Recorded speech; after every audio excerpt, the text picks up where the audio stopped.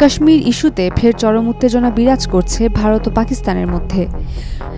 7 দশকের বেশি সময় ধরে এই মুসলিম সংখ্যাগরিষ্ঠ ভূখণ্ডটিকে কেন্দ্র করে দ্বন্দ্ব চললেও 22 এপ্রিলের সশস্ত্র হামলায় 26 জন পর্যটকের নিহত হওয়ার ঘটনায় পরিস্থিতি নতুন মোড় নিয়েছে। কাশ্মীরের পহেলগামের মিনি সুইজারল্যান্ড খ্যাত এলাকায় এই হামলার পর ভারত কঠোর অবস্থান নেয়।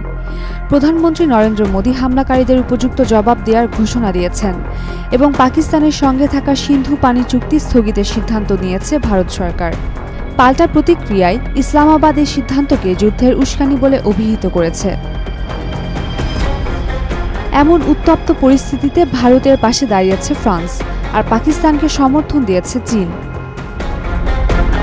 ভারতীয় সংবাদ মাধ্যম ফার্স্ট পোস্ট জানিয়েছে, চীন সম্প্রতি পাকিস্তানের হাতে অত্যাধুনিক PL-15 আকাশ থেকে আকাশে নিক্ষেপযোগ্য ক্ষেপণাস্ত্র সরবরাহ করেছে। 3টি JF-17 যুদ্ধবিমান চীনা PL-15 ক্ষেপণাস্ত্রে সজ্জিত অবস্থায় রয়েছে।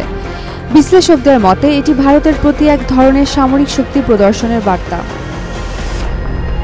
অন্যদিকে ফ্রান্সের কাছ থেকে 26টি রাফাল মেরিন যুদ্ধবিমান কেনার চুক্তি চূড়ান্ত করেছে ভারত। রয়টার্স জানায়, প্রায় 740 কোটি মার্কিন ডলার ব্যয়ে কেনা এই যুদ্ধবিমানগুলো ভারতীয় নৌবাহিনীর বিমান বাহিনীর রণতরী INS বিক্রান্ত থেকে পরিচালিত হবে। চীন, পাকিস্তান ও ভারত ফ্রান্সের এই সামরিক সহযোগিতা দক্ষিণ এশিয়ার ভূরাজনীতিতে নতুন এক উদ্বেগ তৈরি করেছে বলে মনে করছেন বিশ্লেষকরা। Ummerumman Kranti, Daily Sun. For more updates, follow us on Facebook, subscribe our YouTube channel, get the latest update on www.daily-sun.com.